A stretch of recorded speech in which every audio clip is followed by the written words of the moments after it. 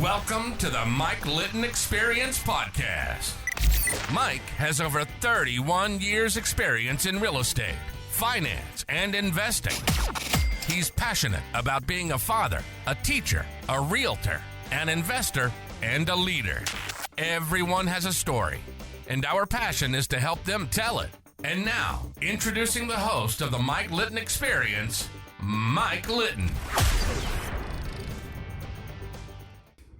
So what can you expect from the Mike Litton Experience? You can expect stories that will inspire, motivate, advice that will sharpen your focus, and expert information on real estate, finance, and market conditions. Manny Moreno, thank you so much for being here and being a guest on the Mike Litton Experience. I could not thank you more. I'm so excited to be able to spend this time with you, bud. Oh, Mike, well, thank you for having me. It's a privilege, and I just look forward to seeing what we uncover today together. That's going to be a lot of fun. Excited. So as we talked about before we started this, our passion, everybody has a story, and our passion is to help them tell it. And so with your permission, what we're going to do is we're going to start with where you were born, and we're going to go all the way through your life story up until today, and then we can talk about anything you'd like to talk about that you're working on today and anything you're working on today for tomorrow. Okay? Sounds good. So where were you born? I was born in Pico Rivera, California, kind of like East LA. Okay. So did you grow up there? Yeah, I was there until I was 17 years old before I went to college up north in Northern California. Okay. So what was your favorite thing about growing up in Pico Rivera? It's a good question. I think for me it was my childhood. I was very fortunate to be born before cell phones, social media. So I just spent a lot of time outside, riding bikes, riding skateboards, spending time with my neighborhood friends. And it was just, we stayed out as long as we could until we heard our parents yell for us, through the front doors. Right. And yeah, it's just some of my most fond memories. And I just feel like a lot of kids these days don't experience that level of play and imagination. It's a lot of tablets and screens. So I think that's probably my favorite thing about growing up there. That and just the culture. It's a very Latino culture. My family is from Mexico. Most of the people who lived at the time in Pico Rivera were Latinos. So everything was just comfortable. And yeah, I would say those were my favorite things about it. The food. Cool. So who was the most influential person to you growing up? Growing up, definitely my grandma. She was born in Mexico, came to the US, and my grandpa, her husband or ex-husband was, military here in the US. They divorced because he became an alcoholic. I'm sure some of the side effects of being in the military. Didn't really get to know him until very later on, but only for a brief moment. But my grandma, man, she was the rock, the biggest inspiration, the hardest worker that I know, the most selfless person I knew. And, she just made an impact on a lot of people. I actually still have a photo of her right here on my desk. And, what a really cool thing about my grandma, one story that stood out to me, and she told me this way later when I was older. Well, she came to this country, she worked hard. She was a seamstress. So she just sewed clothes ever since she was in America until the day she passed. And I forget exactly what years, but she would work every day for I think she started $4 an hour, then $6 an hour. And then to the very end, she was only ever making $12 an hour. But this woman was so hardworking. She would work overtime. And I remember her telling me a story where it took her 6 years, I believe, to save up $20,000 to buy the home that I grew up in. So my parents, I love them, but they never were able to get their finances in order and always struggled. I was born, and I think for 4 years, I lived in an apartment with my parents, and then they couldn't make that work. So we all ended up moving into my grandma's house, and we all grew up there.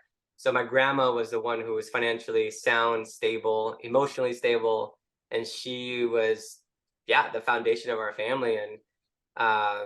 And then one last thing I'll say, the reason why I would say, and on top of all that, I felt like she sacrificed everything to make our dreams come true. Right. You know, she was just so just selfless, and I would not be where I am today if it wasn't for her and all the sacrifices. And then it's so funny because I didn't think about this until when I got into real estate, but she actually built a little like ADU, so to speak, studio ADU in her backyard. Probably would have passed the code these days, but that helped pay for my rent and some of my bills when I went to college, because she was that forward thinking. She's like, how do I help?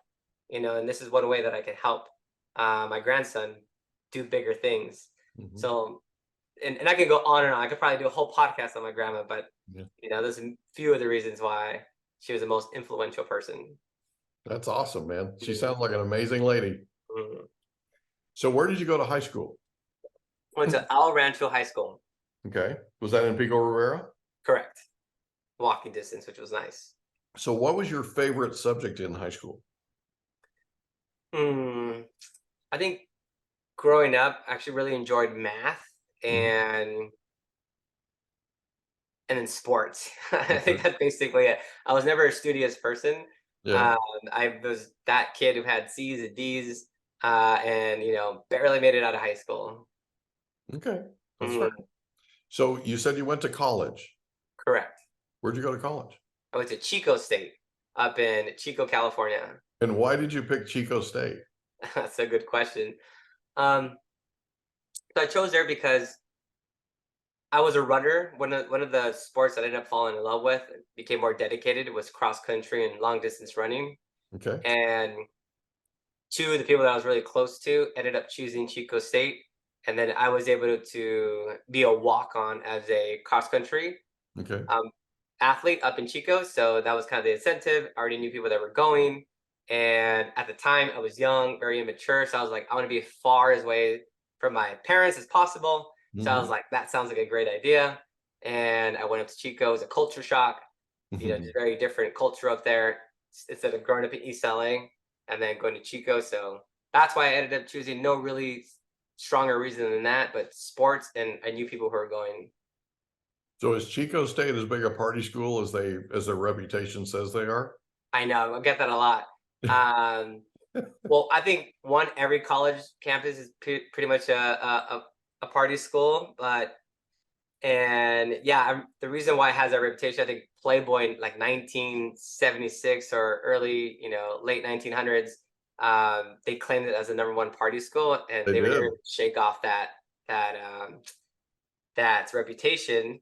But yes, a lot of partying, and I never partied before until I went to Chico State. So I got you. that gives you any. So you learned how to party. Exactly. Yeah.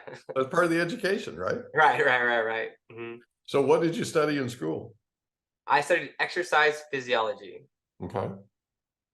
Initially, I wanted to be a physical therapist, but then as I got into it, I just couldn't imagine myself being in in that setting, working with 101. Most patients who get on are geriatric, and as you see me now, I'm very energetic, I move fast, and I wanted something more fast paced. So I didn't end up pursuing that, but that's what I studied, because again, my background and what I was most comfortable and most confident with was sports and athletics. So that's why I chose exercise physiology. That's cool. So you graduate Chico State and you leave Chico State. Where do you go then? Yeah, so a lot happened between there. So while I was going to Chico State, I was hired at Riverway Ranch Camp. I was a camp counselor for basically 7 years. And then after graduating college, I did one more summer at Riverway Ranch Camp, where I was again a camp counselor. Then I was like, I want to do something fun before I find that career job. So I was like, I love working with youth, kiddos. And so I interviewed for working for the Disney Cruise Lines, and I got a job working at the Disney Cruise Line. So I worked on the Disney Dream as a youth activity counselor. And I literally just ensured that kids were having a great time on the ship.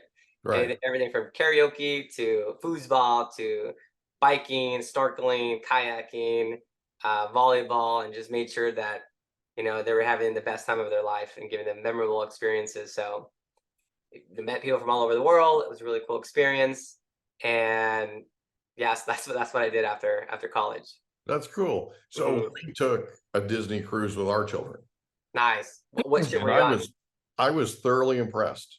Mm-hmm. I was thoroughly impressed. We got on the ship and they handed us a pager. Oh, wow. And the girl started to show me how to operate the pager. And my wife just stopped her and she said, he's had one of these for so long. He knows this is the last model that he had before he went just a straight cell phone. He knows how to operate this, right? That's so funny. So they shared with us that we could take them to the Oceaneering Club, and we would take them to the Oceaneering Club and we would have a password, and we would have to give them the password or we wouldn't be able to pick our kids up, right? So the very first day that we're on the ship, we were on the ship with, I think it was 4 other families, a little bit of a crew, right? And we all took our kids up to the Oceaneering Club, checked them in, the whole thing. And Madison was my youngest, my daughter was probably 3. And we checked them in. Michael would have been right around 5.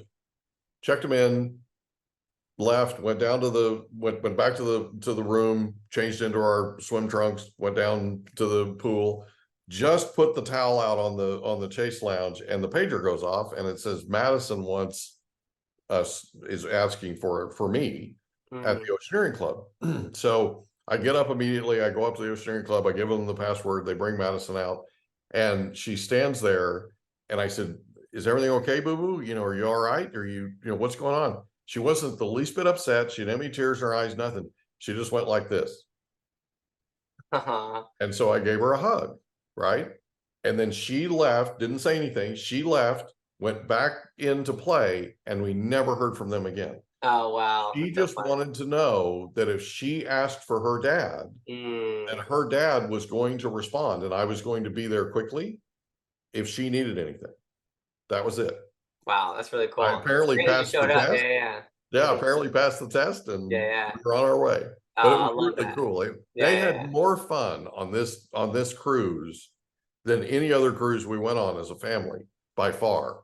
And it's geared towards them, but they got a chance to hug Buzz Lightyear. They got a chance to hug Mickey. They got a chance to hug Minnie, Pluto, all these characters. So it was pretty cool. I'm glad you had a great experience. That's one of my favorite things about working at the Disney Cruise Lines is just their training and their high standards for excellent service and experiences. And, it just gave me appreciation and for that level of hospitality, which is really cool. So I learned so much, and it really helped me communicate better with, and just even body language. Like, their training is so intense. And I think a lot of people don't know it unless you've been through the training, because they have to keep that image, that standard. And it's pretty cool. And one of my favorite things about that too, what you said, is they really work hard to make sure that everybody has a great time, whether you're a kid or whether you're an adult and everything in between. And I had the privilege of kind of working all ages throughout my experience there. And it's just really cool how they really, find creative ways to entertain all ages and make sure they're all having a memorable experience. So glad you experienced that as well. Well, you're absolutely right. I have pretty high standards, and I was thoroughly impressed, and I'm not easily impressed. But as a dad, you want your kids to have as much fun or more fun than you do on a cruise, right? And they absolutely did. And it was an experience that nobody will ever forget. And we left after being on the cruise ship, I think it was 7 days, and they wanted to stay. Oh, that's awesome. They didn't want to leave. And so it was really a really cool experience. One of the best things we ever did for them growing up. So and on that note, that was the hard part. Like, as you had to keep doing the next cruise, the kiddos would connect with us really well, and saying goodbye was always hard. And and just it was like a little heartbreak every cruise, because you create great bonds with the parents and the whole family, and then you got to say bye. You build a relationship again, then you got to say bye, and it's just like nonstop. Like, that's got to tug at your heart a little bit. Yeah. So how long were you with Disney? So I was with them actually for one season, which was about 5 months was my contract, and then after that I went back to LA and then tried to figure out, okay, what am I going to do? And, at the time, another thing that I did in college simultaneously as working with youth as a camp counselor, I became heavily involved in a nonprofit. I was serving on the largest student-run nonprofit west of the Mississippi called Community Action Volunteers in Education. I started as a volunteer, actually being voluntold from one of my friends. I was like, no, I don't want to go, and eventually did. And then I actually really enjoyed it, ended up signing up myself, the next semester. And I grew within that in the 5 years that I was there. So I was a volunteer, then I was a group leader, leading the students to, 5 different projects around the community of Chico. And then became a coordinator, and then eventually it became one of the directors of the entire nonprofit, where we oversaw 80 student leaders that were funneling anywhere between 1,500 2,000 volunteers annually, and we were producing 60 hours of community service a year in Chico and surrounding areas. So I just really fell in love with service and giving back to the community. So after my stint at Disney, and I was trying to figure out, okay, what's next? I'm like, well, I love serving. I love being physical. And, I love being outside. I don't want to be in an office. So I was like, I'm going to become a firefighter. There you go. So I started that pursuit. And so I started going to school for that. And then I was like, well, I need money, income. At the time I was living, with my family back in LA. I ended up getting a job as a surf instructor in Santa Monica. So I was teaching now surf in Santa Monica, volunteering for this. We hope you enjoyed another episode of the Mike Litton Experience. If you did, do us a favor, smash that subscribe button, tell your friends, family, and coworkers about our program, and wherever you get your podcasts, please leave us a rating. It helps us to connect with quality people just like you. And that's a wrap. Another episode of the Mike Litton Experience in the books. Reach out to Mike on Instagram at Litton Realty. Want to meet with Mike? Check out calendly.com/Rio760.